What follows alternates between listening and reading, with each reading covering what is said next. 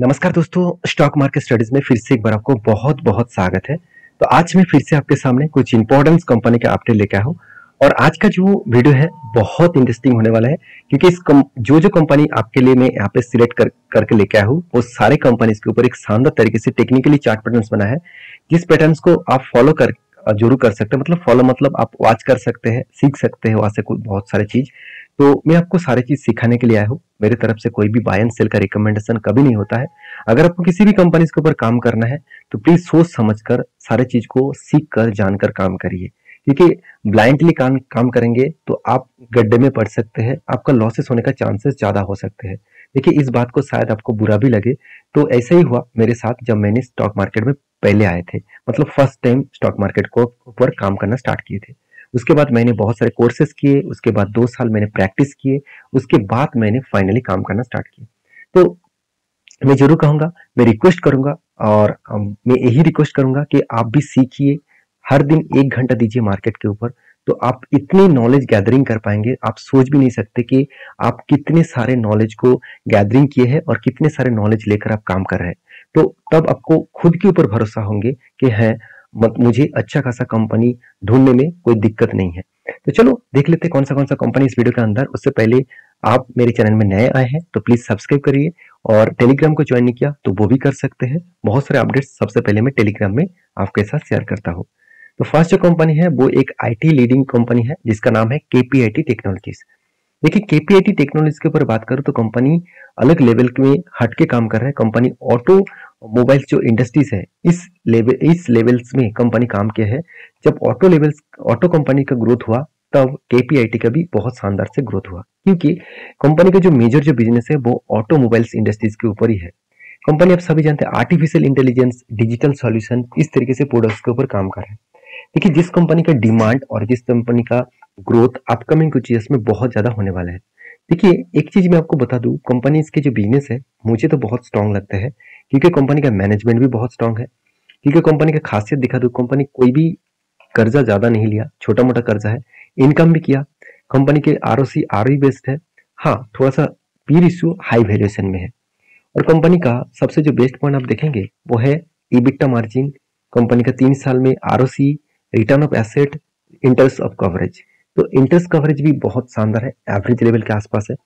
सब कुछ अगर पॉजिटिव में देखूं तो कंपनी में ग्रोथ होने का चांसेस ज्यादा देखने को मिला है, क्योंकि कंपनी लास्ट कुछ फ्यू मंथ्स के जुलाई प्रीवियस जो जून मंथ का जो डेटा है उस डेटा को दिखा दूं। देखिए, 2020 में करीबन 500 करोड़ का सेल्स किए थे, उसके बाद 570 करोड़, उसके बाद 680 करोड़, उसके बाद 1000 करोड़ के आसपास। तो एक चीज आप याद रखिएगा, यहाँ पे कंपनी ने जो प्रॉफिट जनरेट किया है वो अलग लेवल का है, अलग लेवल का प्रॉफिट जनरेट देखने को मिला। और एक्सपेंस के बारे में बात करें तो कंपनी अलग लेवल में एक्सपेंस को कंट्रोल किया और कंपनी अच्छा खासा नेट प्रॉफिट को भी जनरेट किए। तो कंपनी के ऊपर नेट प्रॉफिट के बारे में बात करें तो कंपनी करीबन करीबन यहाँ पे देख सकते हैं 60 करोड़, उसके बाद 80 करोड़, उसके बाद 134 करोड़ के आसपास प्रॉफिट जनरेट किया। ऐसे नहीं कि कंपनी का प्रॉफिट कम हुआ, हमेशा कंपनी प्रॉफिट को बढ़ाते चले गए और इस बढ़ाने के बाद ही कंपनी का ग्रोथ होना स्टार्ट हो गया। और आप देख सकते हैं कंपनी ने सिर्फ आपको रिटर्न दिया ऐसे बिल्कुल नहीं है, कंपनी का सेल्स ग्रोथ भी अच्छा है, प्रॉफिट ग्रोथ भी अच्छा है और रिटर्न ऑफ इक्विटी भी ठीक ठाक है। तो जब हर पैरामीटर्स कंपनी के फ्लेवर में है तो उस कंपनी के ऊपर आपको पॉजिटिवली जरूर सोचना चाहिए। तो कंपनी के ऊपर जो बैलेंस शीट का जो डिटेल्स है वहां पे आप देखेंगे तो कंपनी का रिजर्व जो मतलब एकदम कम था, 690 के आसपास था, वो डबल के आसपास हो चुके हैं। और बोरिंग्स देखिए 130 करोड़ के आसपास बोरिंग्स था, वो बन के हो चुके 280 करोड़ के आसपास। इसका मतलब बोरिंग्स भी बढ़ा और कंपनी का फिक्स एसेट भी बढ़ा, उसके साथ साथ कंपनी का रिजर्व भी बढ़ा, उसके साथ साथ कंपनी का फिक्स एसेट भी बढ़ा।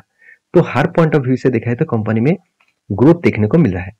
तो मैं जो चीज हमेशा चेकआउट करता हूँ वो है कंपनी का कैश कन्वर्जेंस साइकिल्स। तो कैश कन्वर्जेंस साइकिल्स क्या होते हैं?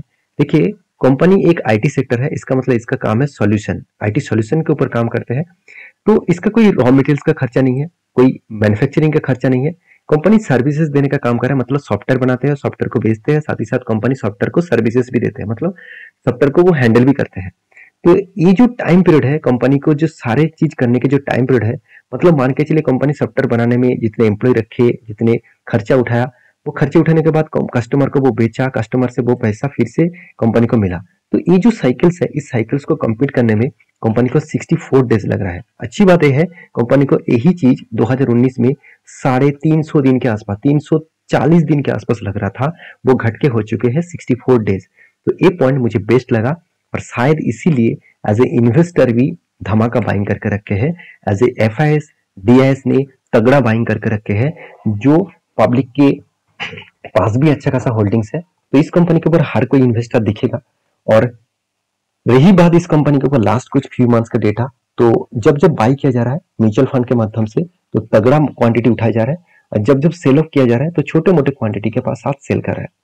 तो क्वेश्चन ये है कि सर आपने तो पहले एक ट्रेड दिया था, यहाँ पे बहुत शानदार तरीके से वो अचीव भी हो गया। तो यहाँ पे देखिए मैंने एक ट्रेड लिया काफी विथ हैंडल पैटर्न्स में, यहाँ पे ब्रेकआउट भी हुआ और यहाँ पे टारगेट भी हुआ और अच्छी तरीके से एक 40% के आसपास टारगेट मिला है। तो फिलहाल के लिए क्या रहा है, मैं आपको बहुत बार बोल चुका हूँ, एक बॉक्स फॉर्मेट यहाँ पे बन चुके हैं जहाँ पे एक रेजिस्टेंस और सप्लाई को मेंटेन करके वो एक ही जगह पे ट्रेड कर रहा है। मुझे ये देखना है कि जब इस लेवल को वो ब्रेकआउट करेगा तो मैं डायरेक्टली एंट्री नहीं लूंगा। ब्रेकआउट भी अच्छा खासा होना चाहिए, उसके बाद रिट्रेसमेंट होकर उसको कंफर्मेशन करना चाहिए। जब कंफर्मेशन करेंगे तो मैं एंट्री लूंगा और मैं यहाँ पे छोटे क्वांटिटी के साथ ट्रेड लूंगा, क्योंकि जब कोई शेयर लाइफ टाइम हाई के ऊपर ट्रेड करता है तो मैं वहां पे ज्यादा क्वांटिटी के साथ काम नहीं करता हूँ, छोटे क्वांटिटी के साथ काम करता हूँ। तो आपकी क्या राय है इसके ऊपर जरूर कमेंट्स करना, और आपको अगर वीडियो अच्छा लग रहा है तो प्लीज एक लाइक जरूर कर देना। चलो नेक्स्ट कंपनी के बारे में डिस्कस कर लेते हैं। उसका नाम क्या है, उसका नाम है एंजल वन। तो देखिए एंजल वन आप सभी जानते हैं इंडिया के third largest stock broking company है। तो आप कहेंगे सर अभी तो थर्ड नहीं है, फोर्थ बन चुके हैं। तो देखिए ये डेटा चेंज होता रहता है, मार्केट कैप के हिसाब से, बिजनेस के हिसाब से चेंज होता रहता है। तो एंजल वन के ऊपर मैं बहुत पॉजिटिव हूँ, क्योंकि मैं पहले ही बोल चुका हूँ इंडिया में टोटल ओवरऑल 2 से 2.5 से 3% के आसपास लोग स्टॉक मार्केट में डायरेक्टली निवेश करते हैं, और जहां पे यूएस मार्केट में 55% के आसपास लोग स्टॉक मार्केट में डायरेक्टली निवेश करते हैं। तो दोनों में फर्क कितना है आप देख सकते हैं। इस फर्क के कारण मैं एक चीज आपको बता दूं, इस जो डेटा है इस डेटा को एनालिसिस करके एक मुद्दे पे मैं बात करूंगा, वो है अपकमिंग 15 to 20 ईयर्स इंडिया का ग्रोथ होने का चांसेस बहुत ज्यादा है।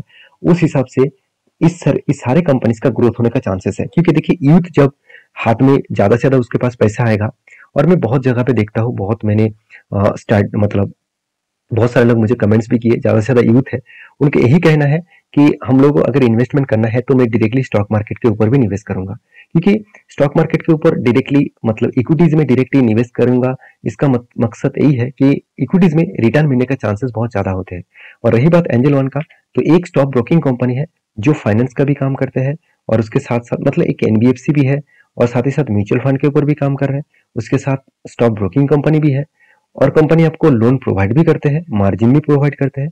और कंपनी इतने सारे चीज प्रोवाइड करने के कारण कंपनी का ग्रोथ होने का चांसेस भी बढ़ चुके हैं। तो कंपनी के ROC देखिए बेस्ट है, PE एकदम सस्ते में है, और कंपनी का डेप एकदम कम है, अच्छा खासा इनकम भी है। और रही बात कंपनी के प्रॉफिट एंड लॉस का, तो देखिए क्वार्टरली अगर रिजल्ट के बारे में बात करूं तो कंपनी का क्वार्टरली रिजल्ट लगातार ग्रोथ होते चला गया, और कंपनी के एक्सपेंस भी कंट्रोल होने के बाद कंपनी देखिए ऑपरेटिंग जो प्रॉफिट मार्जिन है जो 29% हुआ करता था, आज वो बन चुके 40%। तो यहाँ पे जो ग्रोथ किस बेसिस में हुआ वो आपको दिख रहा है। अगर यही चीज को मैं एज ए इन्वेस्टर के बारे में बात करूं, देखिए इन्वेस्टर के FIS के पास से 4% होल्डिंग था, DS के पास 12% होल्डिंग था, FIS ने होल्डिंग को 17% कर दिया और DS ने 10% किया, और पब्लिक के पास 34% के आसपास होल्डिंग है। तो ओवरऑल हर दिशा में देखा जाए तो कंपनी के ऊपर एज ए इन्वेस्टर के अच्छा खासा होल्डिंग्स है। और यही चीज को मैं मेंशन करके लास्ट कुछ फ्यू मंथ्स का डेटा दिखा दूं, तो मई जून जुलाई यहाँ पे अच्छा खासा बाइंग किया गया, और यहाँ पे देखिए चार्ट पैटर्न के हिसाब से कुछ इस तरीके से बना, एक शोल्डर, फिर से एक शोल्डर, उसके बाद एक हेड, उसके बाद शोल्डर बना, और ब्रेकआउट भी हुआ और ब्रेकआउट कंफर्मेशन भी हो गया। तो मेरा जो टारगेट बन के आ रहा है, तो वो टारगेट मेरा बनेगा 2344 के आसपास, और जो टारगेट बन रहा है वो 41% के आसपास। तो मैं इस टारगेट को लेकर चल रहा हूँ, अभी देखा जाएगा टारगेट होगा कि नहीं होगा। तो जब तक टारगेट नहीं होगा तब तक मैं इसके ऊपर तो कंटिन्यू करूंगा। तो आपके क्या राय है इसके ऊपर जरूर कमेंट करके बताना। लास्ट जो कंपनी जिसके बारे में बात करूं उसका नाम है इजी टी प्लानर। देखिए इजी टी प्लानर के बारे में मैं बहुत बार चर्चा कर चुका हूं। कंपनी बहुत छोटा है, फिर भी इस कंपनी में दम है आगे बढ़ने का, क्योंकि इस कंपनी का जो मेजर जो बिजनेस है वो ऑनलाइन प्लेटफॉर्म टिकटिंग का बिजनेस है, चाहे वो ट्रेन का हो, चाहे बस का हो, चाहे होटल्स का हो, बुकिंग करने का एक प्लेटफॉर्म है। फिर भी आप देखेंगे तो टैक्सी का भी बुकिंग इस कंपनी कराते हैं, हॉलीडे पैकेज का भी बुकिंग इसी कंपनी कराते हैं, वीजा मतलब वीसा वगैरह भी इस कंपनी प्रोवाइड आपको करते हैं, मतलब वीसा भी आपको तैयार कर देते हैं। तो इतने सारे प्रोजेक्ट के ऊपर काम करने वाला अकेला इस कंपनी सेकंड लार्जेस्ट कंपनी है। और ऑनलाइन प्लेटफॉर्म टिकट बेचने वाला जितने सारे कंपनीज है वो सारे कंपनी लॉसेस में है, सिर्फ दो ही कंपनी प्रॉफिट में है, एक IRCTC और दूसरा EasyT प्लानर। इस कंपनी के ऊपर खासियत के बारे में यही बात करूँ तो कंपनी का ROC ROE तो बेस्ट है, एनुअल इनकम भी अच्छा खासा आपको देखने को मिलेगा, कर्ज एकदम ना के बराबर है और प्रोमोटर के पास होल्डिंग्स भी अच्छा खासा देखने को मिला। अगर इसी चीज को मैं क्वार्टरली रिजल्ट के हिसाब से दिखा दूं तो ध्यान दीजिएगा, कंपनी के सेल्स लगातार बढ़ते चले गए, एक्सपेंस भी कंपनी कंट्रोल में रखे और कंपनी का प्रॉफिट मार्जिन भी लगातार बढ़ते चले गए।